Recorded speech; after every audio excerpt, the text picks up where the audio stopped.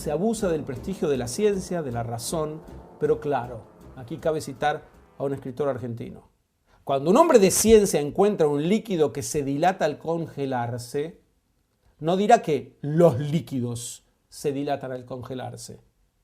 Mientras que cuando un judeófobo tropieza con un judío cobarde, proclama de inmediato que los judíos son cobardes y sentirá la satisfacción de haber dado una forma abstracta y universal y por consiguiente la forma de una verdad incontrovertible a un sentimiento que es deleznable y a priorístico, su odio.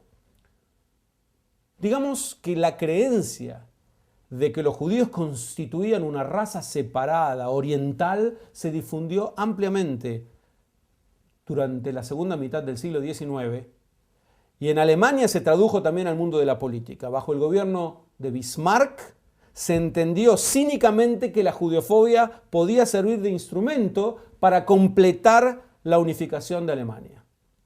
Como ironizara en retrospectiva Israel Zangwill en 1920, si no hubiera judíos, habría que inventarlos para uso de los políticos. Son indispensables como antítesis de una panacea, la causa generalizada de todos los males.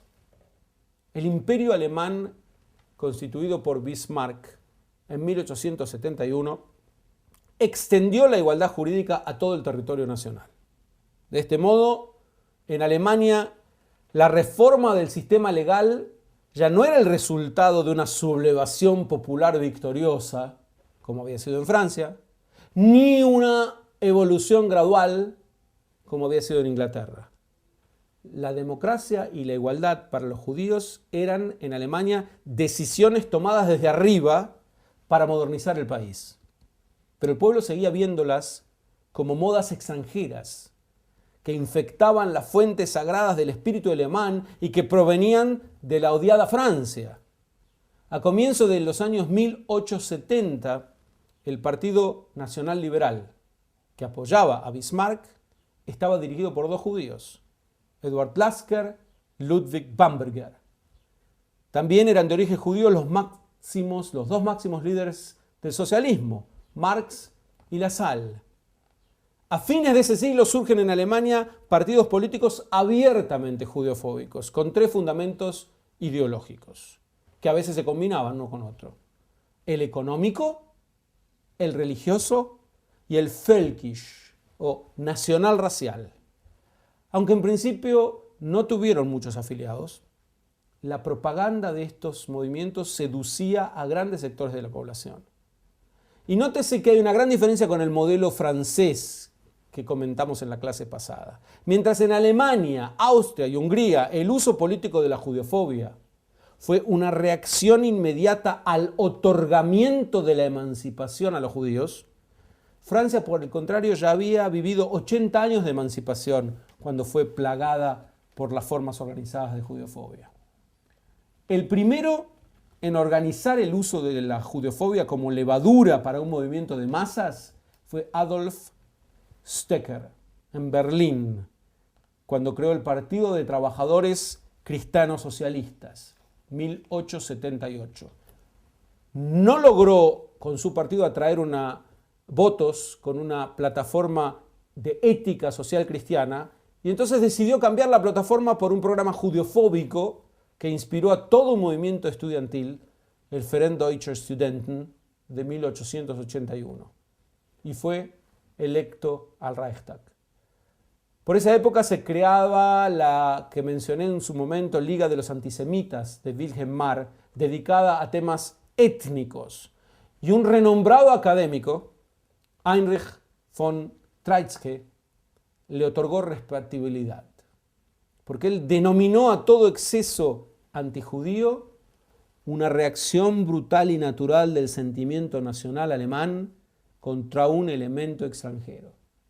Así, del mundo académico, desde él, Treitschke acuñó la máxima Die Juden sind unser Unglück. Los judíos son nuestra desgracia, que medio siglo después fue adoptada como lema por los nazis.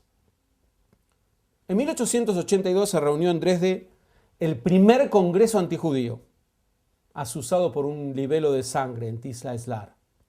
Con delegados de Alemania, Austria y Hungría, creó ahí la Alianza Antijudía Universal.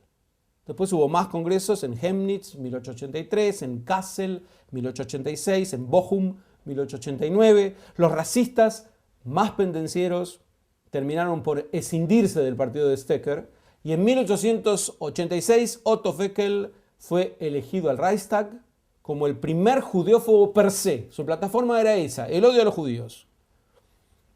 En 1895, por primera vez en la historia, un partido con una plataforma judeofóbica llega al poder. El Partido Social Cristiano de Viena, cuyo líder Karl Lueger, unos años después, durante su ejercicio como burgomaestre de la ciudad, recibió la visita de un joven admirador llamado Adolf Hitler. También a principios de esa década se propuso la doctrina de la judeofobia racial. Para su iniciador, Eugen Düring, ¿habrá un problema judío aun si cada judío le da la espalda a su religión y se une a una de nuestras principales iglesias? Son precisamente los judíos bautizados los que penetran más profundamente. Los judíos deben ser definidos solamente en base de la raza. En 1899, Houston Chamberlain, yerno de Wagner, que fue un alemán por opción, elaboró cabalmente la antítesis ariosemita en su libro muy conocido, Los Fundamentos del siglo XIX. Es un voluminoso manual de los académicos judeofóbicos que explicaba cómo desde la antigüedad los arios cometieron el fatal error de proteger a los judíos bajo el rey persa Ciro y permitieron que el germen de la intolerancia semítica esparciera su veneno por la tierra durante milenios. Una maldición contra todo lo que es noble y una vergüenza para el cristianismo. No todos los racistas coincidieron con ello. Por ejemplo, los neopaganos, Alfred Rosenberg, Walter Darré, consideraban que el cristianismo era una enseñanza típicamente semítica que socava el espíritu germánico por medio de una mentalidad de esclavos. Es decir, hay diferencias, cada uno veía en lo que más le gustaba la batalla contra el judío y en lo que le disgustaba a él, al judío encarnado. Estas diferencias acerca de qué es ario y qué es semita fueron precisamente el problema que nunca resolvieron los racistas. Su intento de solución era muy simple. Todo lo bueno es ario, todo lo malo es semita. Para Chamberlain, por ejemplo, el ideal era el nórdico rubio y dolicocefálico, categoría en la que no dudó en incluir nada menos que a Dante Alighieri e incluso al rey David, a Jesús.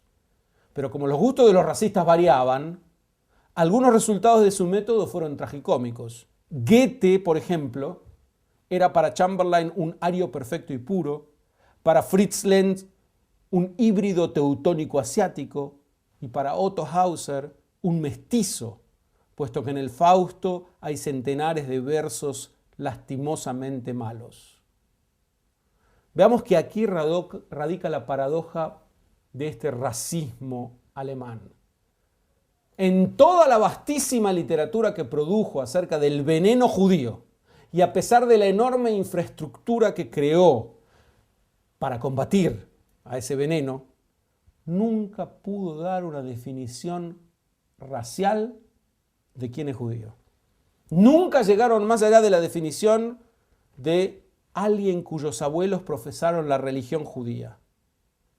Y así todo, sin poder definir siquiera, porque es imposible, construyeron sistemas escatológicos muy elaborados en donde la lucha entre la raza aria y la semita era la contrapartida de la lucha final entre Dios y las fuerzas diabólicas. Esta contradicción viene del hecho de que la judeofobia precedió a la ideología racista de fines del siglo XIX, pero luego se encaramó en ella. Por ejemplo, Paul Anton de Lagarde, que murió en 1891, negaba el derecho de los judíos a existir siquiera, lo llamaba una carga repulsiva sin uso histórico, pero no defendía el racismo. Fue de hecho el primero de los intelectuales en aprobar implícitamente la destrucción física de los judíos. Para el año 1900, la existencia de una raza aria era tenida por la mayoría de los alemanes como una verdad científica. Y había todo un aparato enorme teórico que denunciaba la supuesta influencia judía en el arte, las leyes, la medicina, la filosofía, la literatura. Un ejemplo particularmente escandaloso, aunque menor, fue la obra del campeón mundial de ajedrez, Alexander Alekhine, que bajo el título de Ajedrez ario contra ajedrez judío, sostiene que los judíos juegan al ajedrez de un modo distinto, hiperdefensivo y oportunista. La judeofobia racial no dejó salida a los judíos, y algunos encontraron la única reacción posible en un fenómeno exclusivamente de los judíos que se llamó el auto-odio. De él quiero hablar unos minutos. Miles de judíos habían dejado de lado su tradición décadas antes de los escritos racistas. Muchos que habían nacido en familias religiosas, educados en yeshivot, en academias talmúdicas, abandonaron el judaísmo apenas se pusieron en contacto con la cultura alemana. El hijo de uno de aquellos judíos fue el máximo poeta, Heinrich Heine, para quien el judaísmo no es una religión, sino una desgracia. Y quien se bautizó, pero aclaraba, pero no me convertí. El escritor Moritz Sapir fue más lejos todavía y decía, el judaísmo es una deformidad de nacimiento corregible por cirugía bautismal. Ahora bien, cuando la emancipación se revirtió en Alemania y los judíos fueron nuevamente confrontados con un odio sistemático que no les permitía liberarse de ningún modo de la carga de su judeidad, apareció este fenómeno tan singular. En realidad deberíamos llamarlo judeofobia de judíos, porque no se diferencia en la judeofobia que ejercen los no judíos.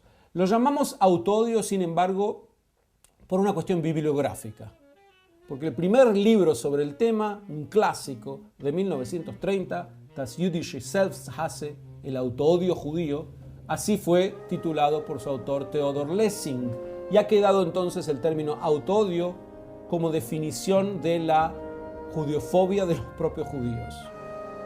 No es muy apropiado como nombre en todos los casos, porque hay muchos judíos que, si bien sienten un odio profundo contra el pueblo judío en su conjunto, no se odian a sí mismos. Sin embargo, el título hoy en día los abarca a todos.